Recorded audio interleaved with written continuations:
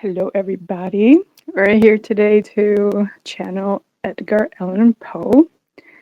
I don't really know that much about Edgar Allan Poe. I feel very naive, but I do know he writes and he's done a lot of poetry that's been quite famous all over the world.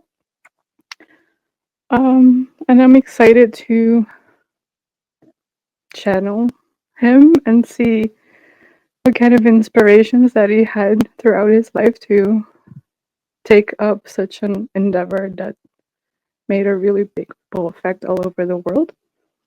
And for anyone in the chat, I'd like to know when you've gotten acquainted with his work and what it meant to you throughout your life.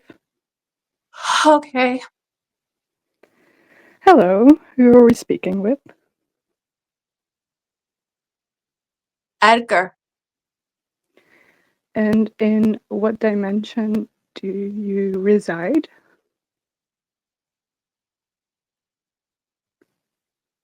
Fourth. Which polarity? Neutrality.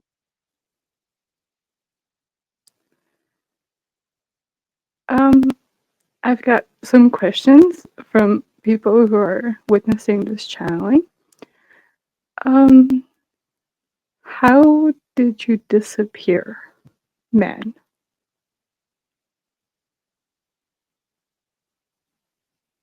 Clarification. Disappear in terms of my works? Or do you mean my human aspects? Do you mean my creativity? Perhaps let's cover them all. Well, I would say that my works have not disappeared. I'm happy to report that at least a part of me lives in the immortal form of the third dimension. And perhaps that's how we live in immortality and in eternity, in a place that does not embrace the eternal. But of course, as it stands now, or difficult for me to stand, is I do not have legs. But it is all eternity, outside of the third dimension. But if one wishes to be immortal within the earthly plane, then you create something for people to ponder, something that might make them uncomfortable. Because rarely do we remember the people or the things that put us at ease, but we do remember the things that make us uncomfortable. And so I wrote down the things that made me uncomfortable. They're uncomfortable to write, uncomfortable to publish, but I knew that is what I needed to do. In terms of my human aspect, of course, there was a funeral. There is a body. I was flesh and bone. But if you're asking in my passing, I had an affinity for, sometimes they said the sauce. Sometimes it was other powders and elixirs mixed in with that sauce. Oftentimes my own mind was the demon on my shoulder. And one way to quiet that mind, if I could not quiet it through writing, was quieting it through the powders, the elixir, my sauce, my tonic.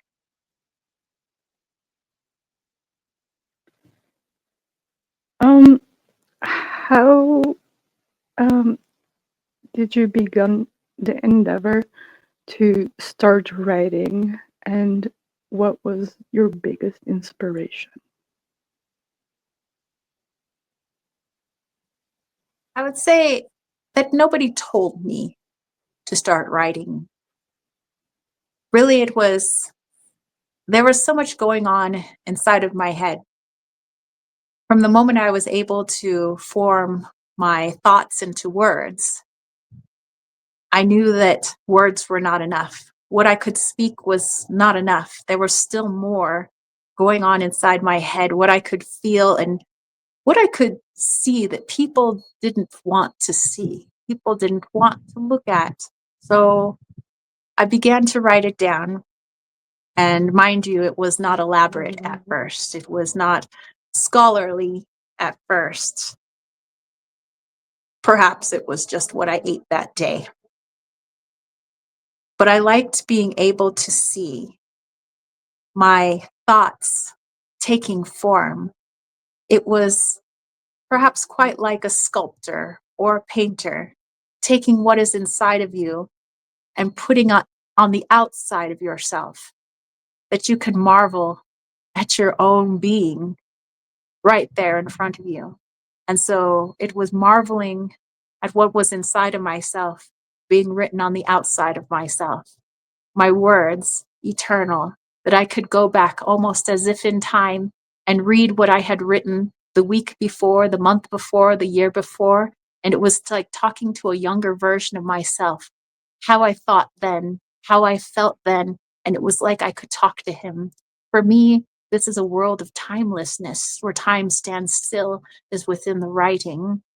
And although that there were many writers that piqued my interest, writers that were more nature-based, writers that delved more into what many might consider today to be Gothic, but I liked being able to read the immortality of these writers. And many of the writers that I adored no longer existed on that earthly plane. I wanted to be able to talk to them, to read and have them speak to me beyond the grave. And to me, that is immortality. That is where time stands still. And so I would write. And that is where my life stood still. I became immortal in my own words. I could speak to myself. I could write to myself. And so the impetus, I suppose, was, how do I stop time? How do I keep things from dying? Well, you write it down. It lives forever.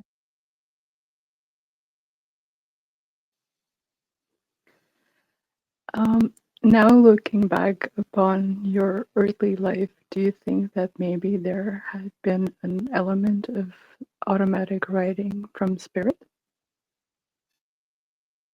Very much so. In fact, this is something I did practice as spiritualism was taking hold around my lifetime, and the occult, the darkness, the wanting something beyond what the religions at the time could show us. We knew that there was something more that perhaps the Bibles of each of these religions would not tell us. And perhaps it was kept out because they felt it might frighten the people and frighten their faith. But I was a faith-based man, but I wanted to know more. I wanted to go what was between the lines, what was in the darkness. And I began to wonder if I could speak through my thoughts, take my thoughts, which in essence were spirit, and I could put them on paper. This is how spirit takes form. Then couldn't another spirit put my writing onto paper, use my hand to create something? And yes, I tried this. I tried it in many forms. I tried it sober, one might say, sometimes with my tonics, sometimes with my elixirs and powders. I tried it in many different ways. I tried it with the help of others. Sometimes I tried it on my own. But there are a few of my works that I would say were written automatically. Before I could even think of the next word, it was there. And the word after that, it was there. Somebody is asking how you would be helping someone in the midst of a depression, Mr. Poe. First of all, I'm not a doctor in these matters. And maybe I should have consulted help from time to time, as I found myself in quite a depression at times. And what helped me with some of my darkest thoughts, it was not dark thoughts in terms of wanting to harm myself, but thoughts in that perhaps I wish I never existed. I just wanted the hand of God to take me from this existence. And so I would write it down. Sometimes I would write it down in a way, the most morbid or torturous death of the character I was writing about, and sometimes that made me feel better. Now, I'm not saying that this is a prescription for someone who is dealing with depression, but for me, it helped me to place that portion of myself onto paper. That little voice in my head that spoke unkind words to me, I decided to form him into a character. This little character, you on my shoulder, telling me that I'm no good, that I'll never amount to anything, that I am exactly what those people in my past had told me that I am. Let's make you a character. And I would make them a vile character in my stories and in my poems. And sometimes I was the one who dies within the poem, within the story, perhaps a torturous death. And once it was down and it was out of me, I would realize it was just a story. It was just something that needed to come out of me, and it would be gone for the time being. And anytime it showed up again, I would write about it. And that was my way of dealing with depression. But perhaps you are not a writer. Perhaps you are not an artist. And so in some way, you need to get that voice out of yourself, meaning speaking to someone or writing about it and then showing people those writings. Perhaps that might be helpful. But again, I am no medical doctor. We got another question. You're known for being incredibly muscular. Was that from living a hard life and being a laborer, or did you work your physique side from that? Well, I can tell you that I did not marvel at my own form within the mirror, but most of it was due to my laboring, the things that I did for a living. There was not what you have in your world today, leisure, the leisure to work on one's physical form, the wanting yourself to look a particular way. Well, we did it with clothing. We did it with tonics if you wanted to look a particular way. But as far as lifting heavy things for no purpose other than lifting the heavy thing, we did not really do this, or if they did, I was not privy to it. So whatever physique you say I had was merely because of the occupations I held. I would like to know what crows meant to you. Mystery, the often unwanted bird, the raven, the crow. Nobody wants to hear them. Their sound is not that of music. Think of all the birds that gather in the garden with this song and that song, and then the caw, the grating caw of the raven and the crow saying, I'm here in all my darkness, my black feathers, my bigness. I am here, hear me caw.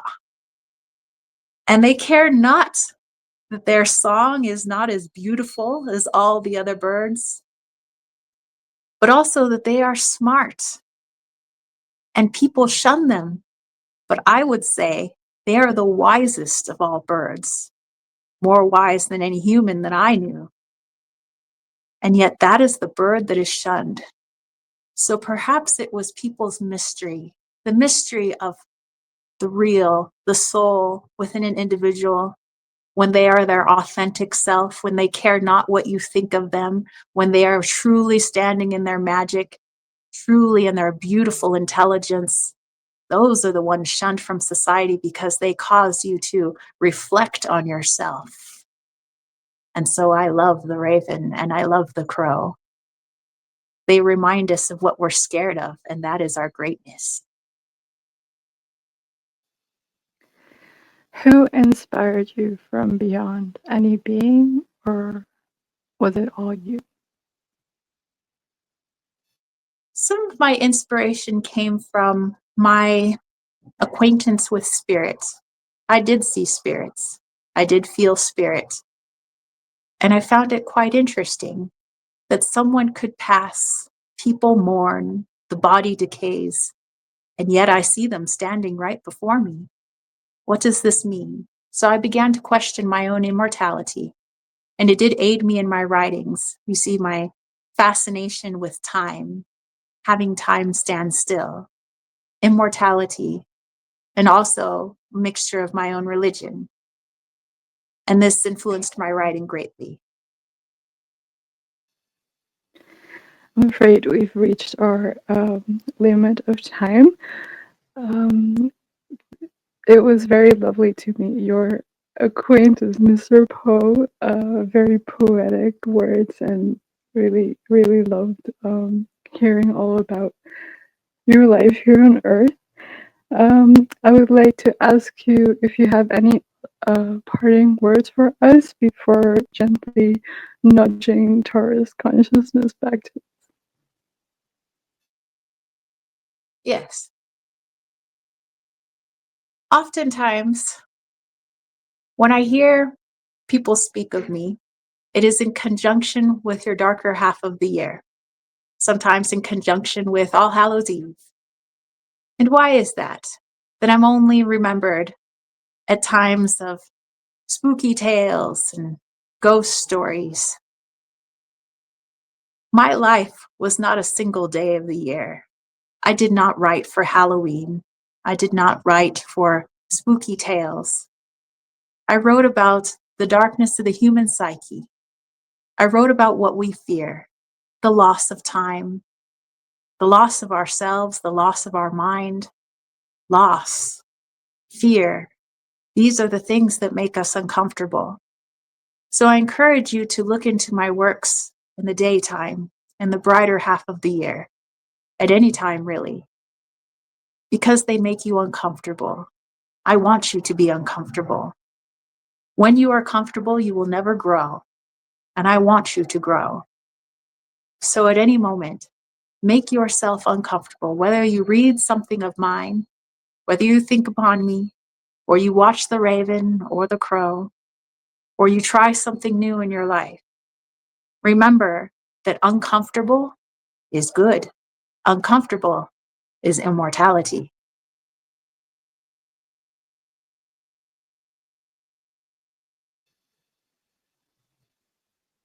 Ugh. Oh, my goodness. Welcome back. Hey. Hold on, let me have some water. Oh my gosh, what did you think? It's absolutely mesmerizing, the mind of such a brilliant writer, and I think he gained a fan. Yeah, for me, I don't know, his energy felt chaotic, almost like my thoughts were everywhere all at once, and it was like so hard for me to just like form things into words. Like he wanted to go in a million directions answering the questions. I don't remember what the questions were, but it was like whatever they were, he had a million things to say about them, and he wanted to go on forever, and it was like his mind was just like just going, and then it was like almost thinking like I should write that down. I should write that down. Like, ooh, that would be an interesting story. You know, even though he's in the fourth dimension and he's passed on, it's like his mind still thinks, at least that aspect of him still thinks like a writer. Like, that would be a wonderful poem. That would be wonderful. Ooh, we could really like dive into something. Like, he loves that uncomfortable feeling. It felt like he loved, I don't know, he liked making himself uncomfortable. I don't think his intention was to like freak people out. I think he tried to freak himself out because I think that's how he helped himself to grow, if that makes sense. Yeah, it's very recognizable, the chaotic thinking. So yeah, I really like to speak with him. It's very nice. Yeah, I appreciate this. And I thank everybody who had voted for this channeling. I will say that Edgar Allan Poe is one of my favorite writers. I have quite a few favorite writers, but like whoa, hello, Mr. B. Maybe that was Mr. Edgar. um, but yeah, I saw I would him say, earlier, by the way. The bee showed up on oh, screen while you were channeling. You know, it could be spirit coming in being like, what are you talking about? What'd you say about me? It's quite I'm possible. saying all good things, I swear. Yeah. No, I also emailed you with the same like idea of doing Edgar Allan Poe, and I don't really know the guy, but I thought it was like Halloweenish, and why not? Hmm. Yeah, and if I remember a little bit at the end when he was talking about, I think he was asking why people just they want to look into his stuff, but only like around Halloween time, where he thinks like any time is a good time for growth, not just like one day out of the year. But it kind of felt like he also enjoyed, like he enjoys, even if it's just Halloween when people are reading, like any way that people may grow, whether like it's from his stories, and if it's just on Halloween, and understanding that Halloween is a time for growth too, because people want to get spooky, they decorate their houses spooky, and he sees that now. I don't really feel like that was like a huge thing, decorating and putting all the stuff in your front yard. Not really a big deal during his time, but it's like, if that's what it takes, if it takes a spooky day for people to actually acknowledge the darkness within themselves, or the things that we don't want to look at, or the things that make us scared or uncomfortable, if that's the way that we, our permission slip, so to speak, to face our fears, then okay, then that's how you're going to do it. And if you're using my stories to help you face your fears, then that's cool too. So it, to him, growth is like his thing, like grow any Yeah. way you can, but it's got to Yeah, be on that, the and of course it's also like the time of year where the nights are longer, so Mhm. um I don't, yeah, and there was like also this element of like more immortality for him, which Mhm. really stood out to me. So I mean, if it's only on Halloween, it's pretty good credit. Well, I'll definitely have to rewatch this when I edit it, because I really liked, I enjoyed his energy. And I enjoyed kind of having a glimpse into the mind of one of my favorite authors, just how he thought, how he felt, like it was just all over the place. And I find myself at times, I'm like that, not to say I'm like some great writer, but like I feel like I can relate to that energy that's like all over the place. You don't know where to Yeah, put it, but same. he obviously knew where. Yeah, I'm like thinking, should I be a writer? Like, it's like really inspiring. Well, all right. Well, thank you so much, Lilith, for helping out with this channeling. And Absolutely.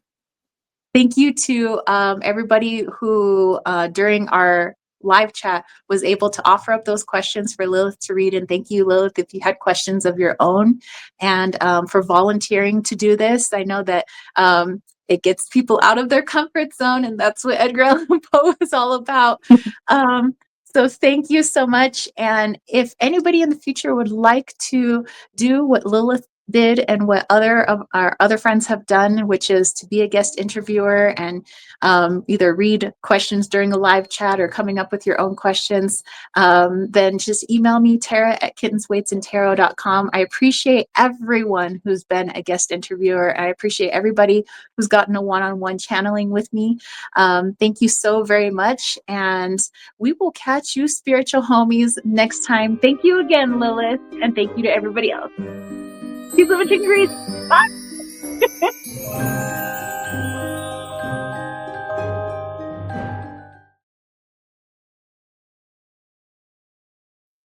Once upon a midnight dreary, while I pondered, weak and weary, over many a quaint and curious volume of forgotten lore, while I nodded, nearly napping, suddenly there came a tapping, as of someone gently rapping at my chamber door.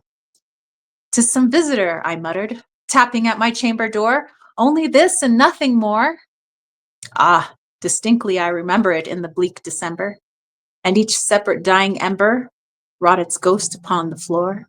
Eagerly I wished the morrow, vainly I had sought to borrow from my book surcease of sorrow, sorrow for the lost Lenore, for the rare and radiant maiden whom the angels name Lenore, nameless here forevermore.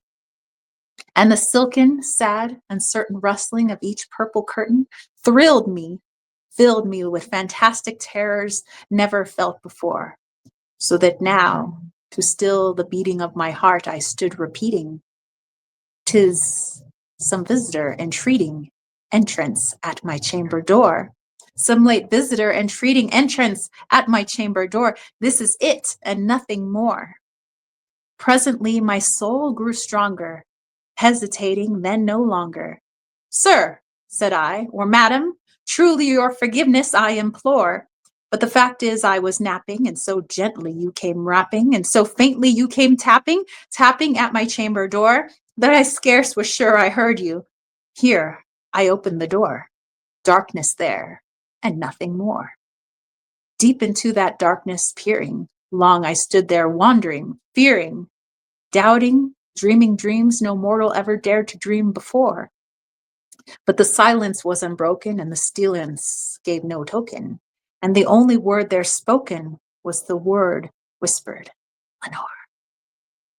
This I whispered, and an echo murmured back the word Lenore. Merely this, and nothing more. Back into the chamber turning, all my soul within me burning. Soon again I heard a tapping somewhat louder than before. "Surely," said I, "surely that is something at my window lattice. Let me see then what in threat is, and this mystery explore. Let my heart be still a moment, and this mystery explore. 'Tis the wind, and nothing more." Open here I flung the shutter, when, with many a flirt and flutter, in there stepped a stately raven of the saintly days of yore. Not the least obedience made he, not a minute stopped or stayed he, but when mine of lord or lady perched above my chamber door, perched upon a bust of Pallas just above my chamber door, perched and sat, nothing more. And this ebony bird beguiling with my sad fancy into smiling, but the grave and stern decorum of the countenance it wore. "Thou thy crest be shorn and shaven, thou," I said, "art sure no craven, ghastly grim and ancient raven, wandering from the nightly shore. Tell me what thy lordly name is on the night's Peludian shore." Quoth the raven, "Nevermore." Much I marveled this ungainly fowl to hear discourse so plainly, though its answer little meaning, little reverency bore, for we cannot help agreeing that no living human being ever yet was blessed with seeing bird above his chamber door, bird or beast upon the sculptured bust above his chamber door with such name as Nevermore. But the raven, sitting lonely on the placid bust, spoke only that one word, as if his soul that one word he did outpour. Nothing farther than he uttered, not a feather, then he fluttered, till I scarcely more than muttered, "Other friends have flown before, on the morrow he will leave me, as my hopes have flown before." Then the bird said, "Nevermore."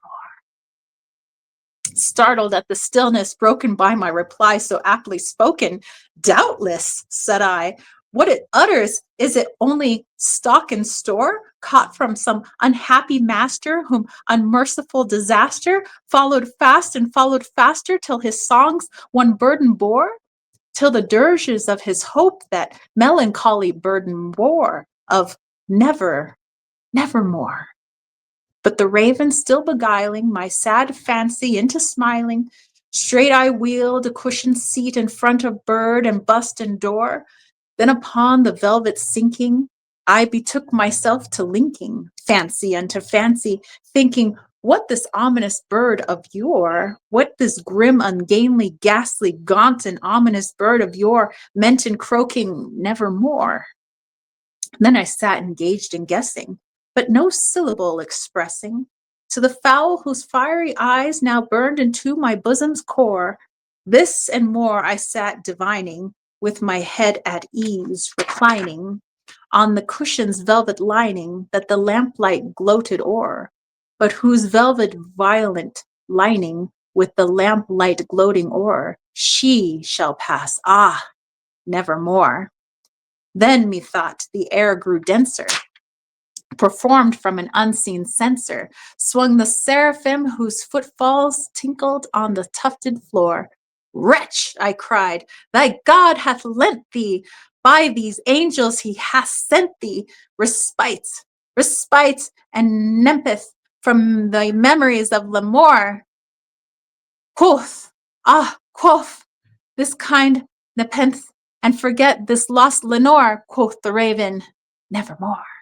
Prophet, said I, thing of evil, prophet still if bird or devil, whether tempter sent or whether tempest tossed thee here ashore, desolate yet all undaunted, on this desert land enchanted, on this home by horror haunted, tell me truly, I implore, is there balm in Gilead?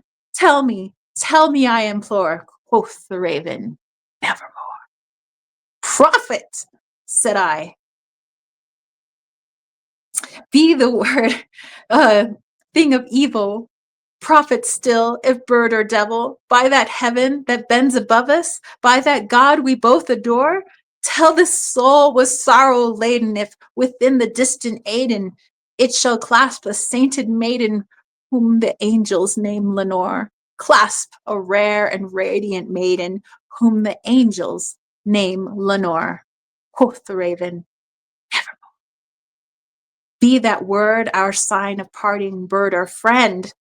I shrieked, upstarting, get thee back into the tempest and the night's Peludian shore. Leave no black plume as a token of that lie thy soul hath spoken. Leave my loneliness unbroken. Quit the bust above the door. Take thy beak from out my heart and take thy form from off my door. Quoth the raven, nevermore. And the raven, never flitting, still is sitting on the pallid bust of Pallas just above my chamber door. And his eyes have all the seeming of a demon's that is dreaming, and the lamplight o'er him streaming throws his shadows on the floor. And my soul from out that shadow that lies floating on the floor shall be lifted nevermore.